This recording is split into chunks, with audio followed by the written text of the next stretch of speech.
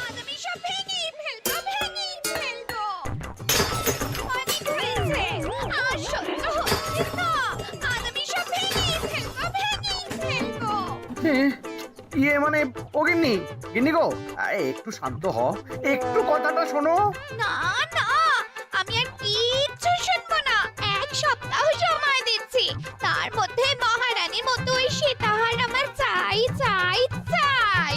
আহা, কিন্তু গিন্নি ওটার যে অনেক দাম। আমার কি আর মহারাজের মতো অত টাকা আছে বলো? এই শোনো, তোমার কি আছে আর কি নেই তা আমার খুব ভালো করে জানা আছে, বুঝলে?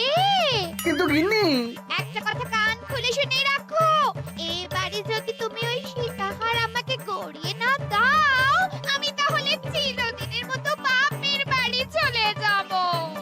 এই আমি বলে দিলাম। আচ্ছা ফাঁপড়ে পড়লাম আমি, কি যে করি। দূর, আর ভালো লাগে না।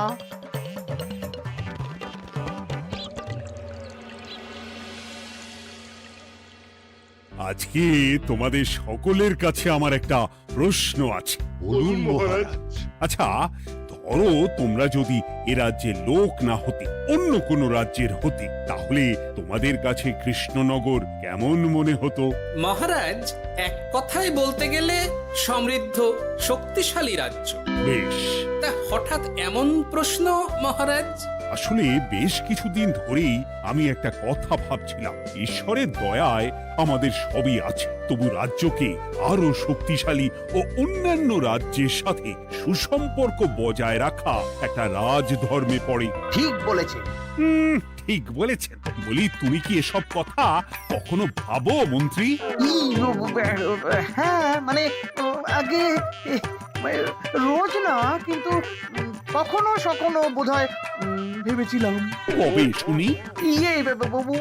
ওই তো কিছুদিন আগে, ওই সেদিন। এটা ঠিক কোন সেদিনের কথা বলছেন মন্ত্রী মশাই? যেদিন আকাশে ওই দুটো সূর্য উঠেছিল? তোমাকে সবকিছুতে ফোড়ন কাটতেই হবে না গোপাল, হ্যাঁ? কি আর করি বলুন, আপনার কষ্ট যে আর সহ্য হয় না। যাই হোক, মুদ্রা কথা হলো, এসব কথা মাথায় রেখে এখন আমাদের কিছু করা উচিত। কিন্তু কি করা উচিত সেটা আমি ঠিক বুঝতে পারছি না। এই একটা করে রসগোল্লা খাওয়ালে কেমন হয়? এই, তুমি থামবে? মহারাজ, আমার কাছে একটা উপায় আছে। 10 দিনের একটা মিলন মেলার আয়োজন করলে কেমন হয়? খুব বাজে হবে। একটা মেলা কত ঝামেলার কাজ সেটা বোঝো? একেই কত খরচ, তার উপর আবার অনেক লোক। মোটেই না, এটা তো দারুণ বুদ্ধি দিয়েছো গোপাল। এমন কিছুই তো চাইছিলাম। ধুর, আজ সবকিছুই আমার বিপক্ষে মনে হয়। দিনটাই খারাপ, আমি বরং চুপই থাকি। তাহলে সবাই শোনো, 1 সপ্তাহ পর কৃষ্ণনগর এক বিরাট বড় মিলন মেলার আয়োজন করছে, আর তার জন্য লোকজনকে নিমন্ত্রণ করার কাজ দেখবে গোপাল। যথাজ্ঞা মহারাজ। আর মন্ত্রী, ভালো করে শুনে রাখো, মেলা প্রাঙ্গণ সাজানো, ঠিকঠাক নিরাপত্তা, এসব তোমার দায়িত্ব। আচ্ছা, কিন্তু বলছিলাম যে সবকিছু ভালো করে করতে গেলে খরচও তো। ওসব নিয়ে তোমাকে চিন্তা করতে হবে না। যত খরচই হোক আমাকে বলো, আমি দেব। আরে বাস, তো দারুণ ব্যাপার। এই ফাঁকে যদি কিছু আমারও লাভ হয়ে যায়, তাহলে গিন্নির গলার হারটার কিছু একটা করতে পারবো। বেশ, তাহলে প্রত্যেকে নিজেদের কাজ শুরু করে দাও।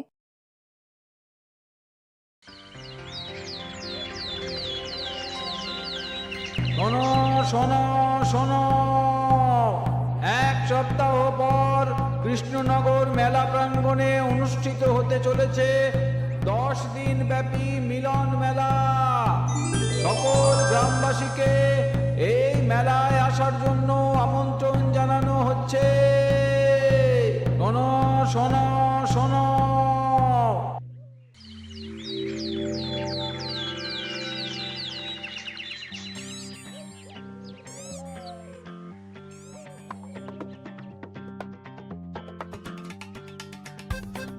বাহ বাহ বাহ, ঠিক যেমনটা চেয়েছিলাম তেমনটাই হয়েছে। আর এসব কিছুর জন্য আমি গোপালকে ধন্যবাদ জানাতে চাই। কি যে বলেন মহারাজ, এই কৃষ্ণনগর তো আমার নিজেরই পরিবার। সেসব আমরা খুব ভালো করেই জানি গোপাল। আদিক্ষেতা একেবারে উতলে পড়ছে। এসব দেখে গা জ্বলে যায়। তোমার এই এত ভালো বুদ্ধি দেওয়ার জন্য আমি তোমাকে 50টি স্বর্ণমোহর উপহার দিতে চাই। এটা কি হলো? এরকম হলে কিন্তু আমি খেলবো না। কেন মন্ত্রী, তোমার আবার কি হলো? আমিও তো মেলার আয়োজন করেছি, তাহলে গোপাল একা কেন উপহার পাবে? সে তো মেলার জন্য অনেকেই কাজ করেছে, কিন্তু আসল বুদ্ধিটা তো দিয়েছে গোপালই। মন্ত্রী মশাইয়ের বোধহয় খুব হিংসা হচ্ছে। ঠিক আছে মহারাজ, আপনি বরং এই উপহার সকলের সাথে ভাগ করে দিন। না গো, কোনো ভাগ চাই না। তোমার উপহার তুমিই রাখো। যত সব।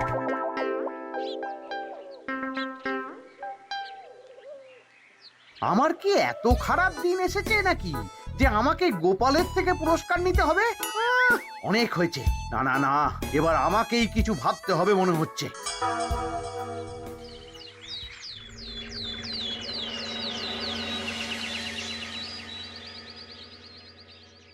আমার আমার সব শেষ হয়ে গেল গো, সব শেষ হয়ে গেল। এবার এবার আমার কি হবে? মহারাজ, মহারাজ কিছু একটা করুন, মহারাজ কিছু একটা করুন। চিন্তা করো না, আমি দেখছি। যারা দোষী তারা শাস্তি পাবেই। কি শুরু হলো বলো তো হঠাৎ করে? এত বড় বড় চুরি ডাকাতি হয়ে গেল, অথচ কেউ কোনো টেরই পেল না। হ্যাঁ মহারাজ, আসলে রাতের বেলা যখন সবাই ঘুমিয়ে থাকে তখন এই চুরি ডাকাতিগুলো হয়, তাই কেউ কোনো শব্দ পায় না। ভালো করে অনুসন্ধান করো, যে বা যারা এই কাজ করছে তাদের যত তাড়াতাড়ি সম্ভব ধরে ফেলতে হবে, নইলে তো আমাদের প্রজাদের অনেক ক্ষতি হয়ে যাচ্ছে। হ্যাঁ মহারাজ, আপনি কোনো চিন্তা করবেন না। কোথায় আনন্দ করে সব প্রজারা মেলা ঘুরবে তা নয়, আবার এই উটকো ঝামেলা। একটা কথা বলছি, কিছু মনে করবেন না। আসলে এই ঝামেলার কারণ হলো গোপাল। আমি ঠিক জানতাম কোনো না কোনো ভাবে আপনি আমাকে দোষ দেবেন। সত্যি তো, এসবের সাথে গোপালের কি সম্পর্ক? ওরই তো সম্পর্ক আছে মহারাজ। মেলা শুরু হলো আর তার সাথে চুরি ডাকাতিও। আর যদি গোপাল মেলার বুদ্ধিটা না দিত তাহলে রাজ্যে এত চুরি ডাকাতিও বাড়তো না। মানছি মন্ত্রী মশাই, মেলার বুদ্ধিটা আমার, কিন্তু মেলার নিরাপত্তা রক্ষা তো আপনার দায়িত্ব ছিল। যদি মেলা থেকেই এই ঝামেলা শুরু হয় তাহলে তো আপনার কাজেও ফাঁক আছে। মুখ সামলে কথা বলো গোপাল। আহ, তোমরা একটু থামবে? এখন নিজেদের মধ্যে ঝামেলা করার সময় নয়। সবাইকে একসাথে কাজ করে আসল চোর ডাকাতদের ধরতে হবে, তারপর বোঝা যাবে কার দোষ ছিল আর কার নয়। আগে মহারাজ।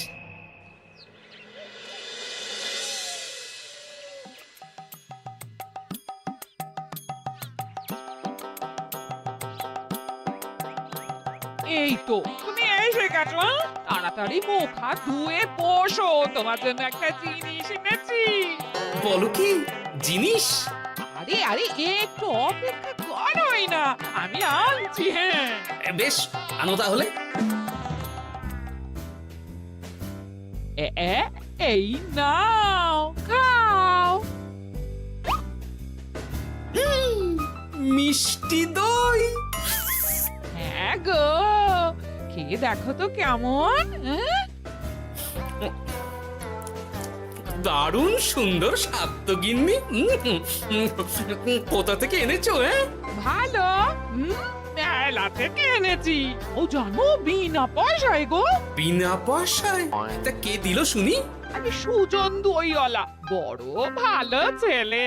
শুধু আজ নয়, ও রোজই মানুষকে ভালোবেসে না বিনা পয়সায় দই খাওয়ায়। হ্যাঁ বাবা, বেশ অবাক করা কাণ্ড।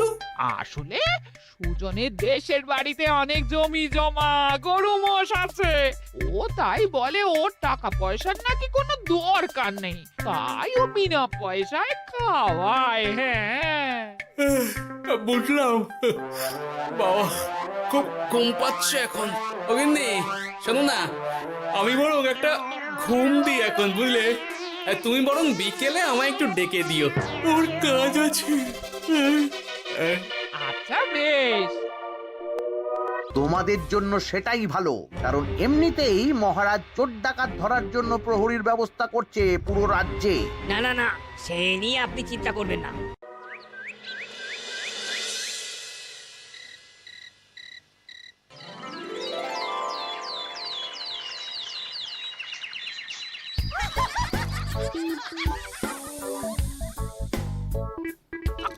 গো, ওরে আর কতক্ষণ ঘুমোবে? সকাল তো হয়ে গেল। সে কি গিন্নি, সকাল? তোমাকে যে আমি কতবার বললাম আমাকে বিকেলে ডেকে দেবে। বলি কবেকার বিকেল? গতকালে না আজকে? তা তোমার বুদ্ধিতে কি বলে গিন্নি? আমার বুদ্ধি নিয়ে কথা বলো, আগে নিজের ঘুমকে দেখো। গতকাল বিকেল থেকে ডেকে ডেকে গলা ব্যথা হয়ে গেল, কিন্তু ওনার ঘুম আর ভাঙে না। হতেই পারে না। আরে না, ওদিকে কাণ্ড দেখো, রাতের খাবার পর্যন্ত পড়ে আছে। আজব কাণ্ড। যাই হোক, অনেক দেরি হয়ে গেছে বুঝলে, আমাকে এক্ষুনি রাজসভার জন্য বেরোতে হবে।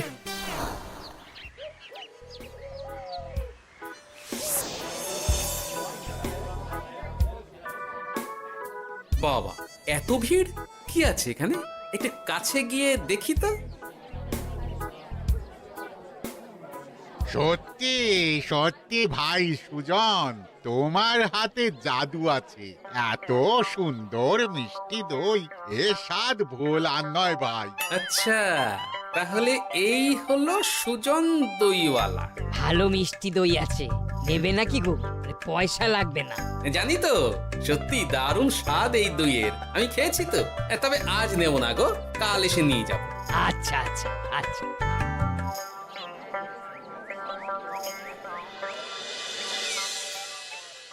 আর কোনো নতুন খবর পেলে ওই ডাকাতদের ব্যাপারে?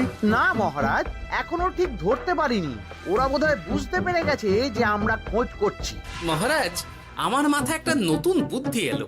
রাতের বেলা করে সব বাড়িতে পাহারা দেওয়া শুরু করলে কেমন হয়? সব চুরি তো রাতেই হচ্ছে। আরে, এ তো দারুণ বুদ্ধি। কিন্তু মহারাজ, আমাদের রাজ্যের প্রহরীরা রাতের বেলা কি করে পাহারা দেবে? কেন কেন, কি সমস্যা? অনেক সমস্যা আছে। তাদের শরীর খারাপ হতে পারে, তার চেয়েও বড়, রাত জেগে থাকলে দিনে তারা সকলে ঘুমোবে, তখন পুরোটাই বেকার হবে। কিচ্ছু বেকার হবে না মন্ত্রী মশাই, আমাদের প্রচুর সেনা আছে, তাদের সকলকে দায়িত্ব ভাগ করে দিলেই হয়ে যাবে। তুমি বেশি বোঝো। গোপাল তো কিছু ভুল বলেনি মন্ত্রী, আমরা পাহারা বাড়াবো। আমি আজই সব সেনাদের সাথে কথা বলছি। সেনাপতি, তুমিও এ ব্যাপারটা একটু দেখো। যথাজ্ঞা মহারাজ।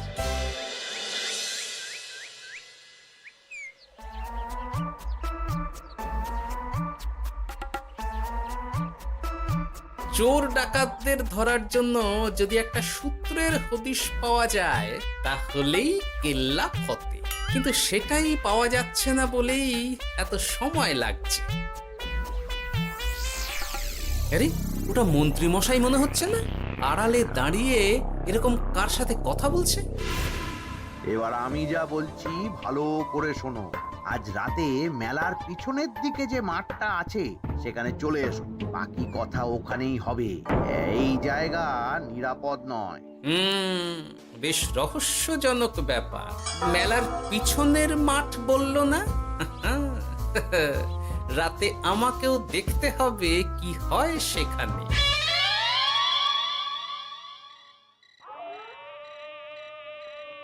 উফ, কি মশা রে বাবা! কখন থেকে দাঁড়িয়ে আছি, মন্ত্রী মশাইয়ের পাত্তা নেই কেন?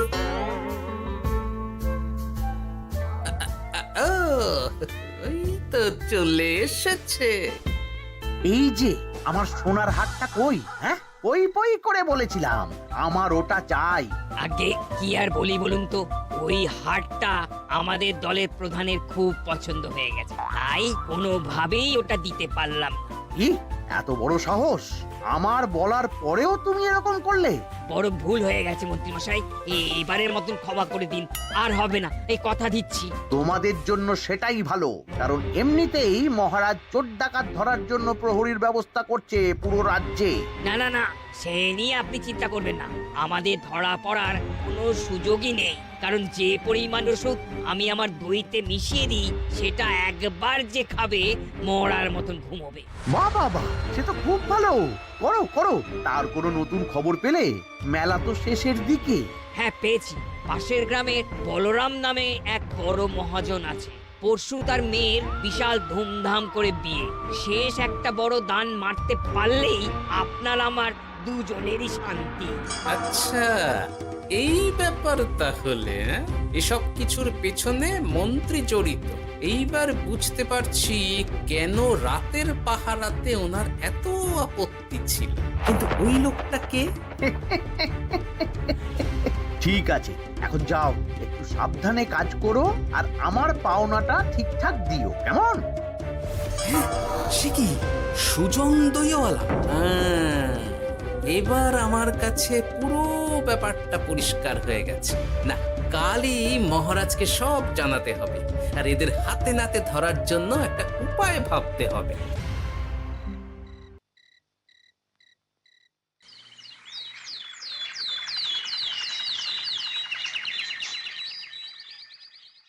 আরে এসো এসো, তোমার জন্যই তো অপেক্ষা করছিলাম। কি এমন জরুরি কথা আছে যে একান্তে দেখা করতে চাইলি? কোন মুখে বলি মহারাজ, সর্ষের মধ্যেই যখন ভূত তখন আর কি। মানে একটু খুলে বলো তো কি হয়েছে? আমাদের রাজ্যের এই এত বড় বড় চুরি ডাকাতির পিছনে কারা আছে সেটা আমি জানতে পেরে গেছি মহারাজ। হ্যাঁ, এ তো দারুণ খবর। তাহলে আমরা এখানে কি করছি? এখনই তাদেরকে গিয়ে বন্দি করি? না মহারাজ, আমাদের হাতে কোনো প্রমাণ নেই, তাই ওইভাবে বন্দি করতে পারবেন না। কেন বলো তো, কারা আছে পেছনে? সেটা আপনি নিজের চোখেই দেখে নেবেন পরে। তবে এটা জানিয়ে রাখি, আমাদের মন্ত্রী মশাইও যুক্ত আছেন। কি? আমাদের মন্ত্রী? এত বড় বিশ্বাসঘাতকতা! আমি এখনই নিজের হাতে ওকে বন্দি করতে চাই। না না না না মহারাজ, সেটা করলে বাকি ডাকাতদের ধরতেই পারবেন না। তাহলে উপায়? আমি জানতে পেরেছি এই ডাকাতদের পরের নিশানা হলো পাশের গ্রামের বলরাম মহাজনের বাড়ি। বলরাম মহাজন?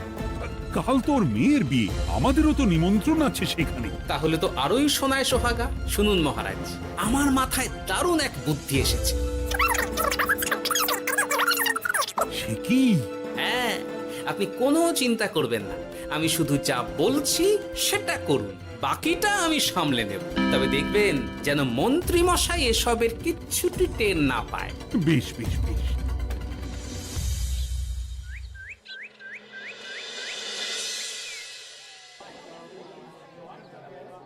আর তো কিছুক্ষণ, এরপরেই তো সন্ধে নামবে।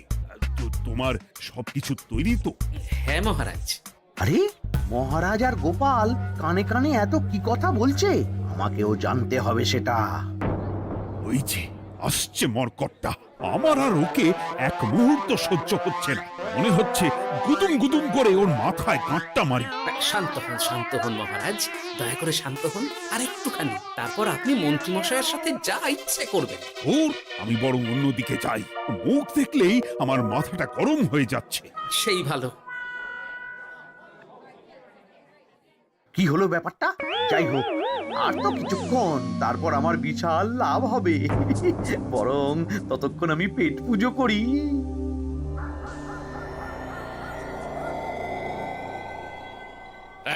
যা যা দামি জিনিস আছে সব দিয়ে দে। এই তো খেলা শুরু। এবার আর আমায় পায় কে? ও বাবা, এরা আবার কারা? সত্যি গোপাল দারুণ চাল চেলেছে। এই তোমরা এখানে কি করতে এসেছো? কেন, তোমরা যা করতে এসেছো? ডাকাতি? এমন তো কোনো কথা ছিল না। কার দলের লোক তোমরা? মন্ত্রী মশাইয়ের দলের লোক। এই রে, কি বলছে সব? কোথায় কোথায়? এই এই মন্ত্রী মশাই, এই কি বলছে এরা? আপনি দু নৌকোয় পা দিয়ে চলছে, আমরা থাকতে আপনি আরো এক ডাকাতের দলের লোককে ডেকেছেন। কি মন্ত্রী? শেষে কিনা তুমি? কি খেয়েছে রে, আর বোধহয় বাঁচতে পারবো না। কই, চুপ কেন? বলুন, মন্ত্রী মশাই সোনার হার ডাকাতি করে আপনাকে দেওয়ার জন্য এখানে ডেকেছেন। কি সোনার হার?